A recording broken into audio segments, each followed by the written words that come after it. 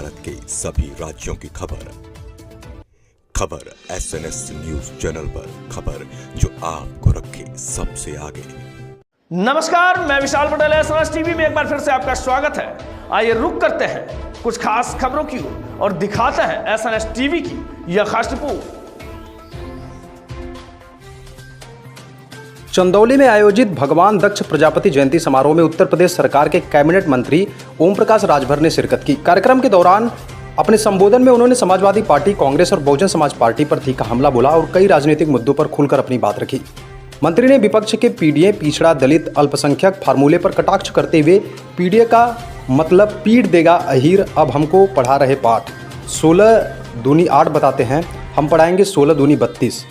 उनके इस बयान से कार्यक्रम स्थल पर कुछ देर के लिए हलचल देखी गई। अपने संबोधन में उन्होंने बेबाक अंदाज दिखाते हुए खुद को बड़ा बेहया नेता बताते हुए कहा कि वह सच्चाई कहने से पीछे नहीं हटते। उन्होंने सपा प्रमुख अखिलेश यादव पर निशाना साधते हुए कहा कि आगामी विधानसभा चुनाव को लेकर उन्हें डर सता रहा। राजभर ने कहा कि 2022 के चुनाव में जब जयंत चौधरी, पल्लवी पटेल और मैं साथ था तब 125 सीटें आई थी, लेकिन अब वैसा परिणाम नहीं आएगा। उन्होंने सपा नेता आनंद भदौरिया के उस बयान पर भी प्रतिक्रिया दी जिसमें मुख्यमंत्री योगी आदित्यनाथ को अखिलेश यादव का भूत बताया गया था। राजभर ने इस टिप्पणी को अनुचित बताते हुए सपा की राजनीति पर सवाल उठाए।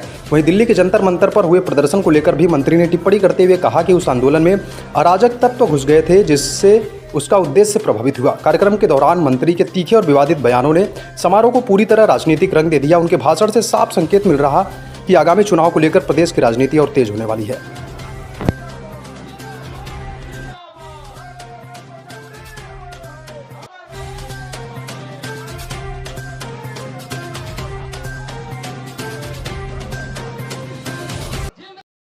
आज भागीदारी पार्टी के द्वारा महाराजा दक्ष प्रजापति जी की जयंती के अवसर पर जन अधिकार महारैली का कार्यक्रम है। उस रैली में माननीय प्रेमचंद प्रजापति जी ने आमंत्रित किया है, उसी में हम आए हुए हैं। क्योंकि जो समाज अपना इतिहास नहीं जानता, अपने बुजुर्गों की कदर नहीं करता, वो समाज कभी तरक्की नहीं कर सकता।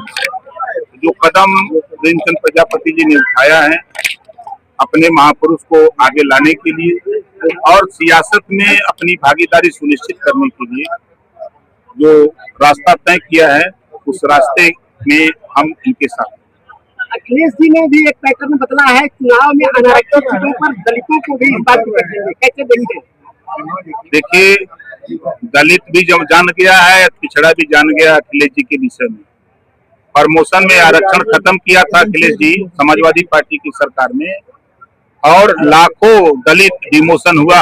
कितने लोग नौकरी छोड़ के घर बैठ गए, कितने लोग आत्महत्या कर लिए। मायावती जी की सरकार में महापुरुषों के नाम से दलितों के उत्थान के लिए योजनाएं बनी थी, चाहे वो बाबा साहब डॉक्टर अम्बेडकर जी हो, चाहे महात्मा ज्योतिबा फुले हो, चाहे गौतम बुद्ध जी हो, चाहे कांशीराम जी हो। इन सबके नाम से बनी हुई योजनाएं खत्म किसने किया? समाजवादी पार्टी ने खत्म किया। और आज समाजवादी पार्टी किस मुंह से चुनाव लड़के देख ले, उसको पता लग जाएगा कि कहाँ खड़े हैं। चुनाव का एक बयान आया है कि अब मुस्लिम दरी नहीं बिछाएगा और अखिलेश जी के सामने पैर टांग करके बैठेगा उनके साथ। विधानसभा चुनाव को देखते हुए वैसी ने अखिलेश को प्रस्ताव दिया है और अखिलेश ने भी इस पर संतुलित बयान दिया है, तो क्या लगता है अखिलेश वैसी गठबंधन होगा?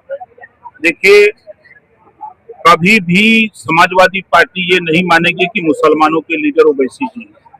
सवाल इस बात का है, क्योंकि ये बात मैं उनके मुख से भी सुना हूं कि मुसलमानों के नेता हम, अब वो कैसे मान लें कि वो वैसी नेता हैं? एक बड़ी चुनौती है उनके सामने, इस नाते वो ऐसा काम नहीं कर सकते।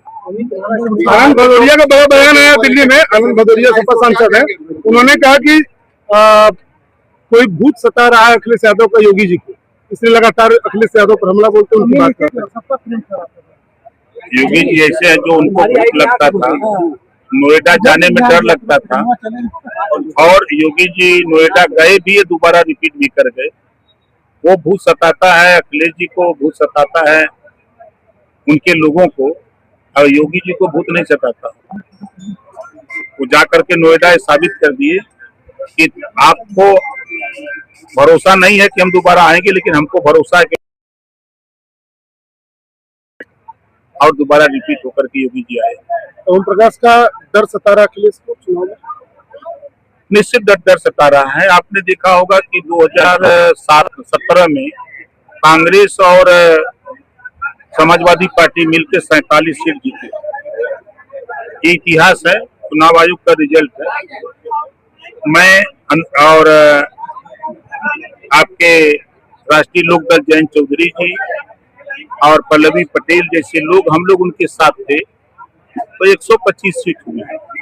जयंत भी हट गए, हम भी हट गए, संजय भी हट गए। अब वोट कौन दिलाएगा? उनके पास एक ऐसा कोई नेता नहीं है जो उनको वोट दिलाने की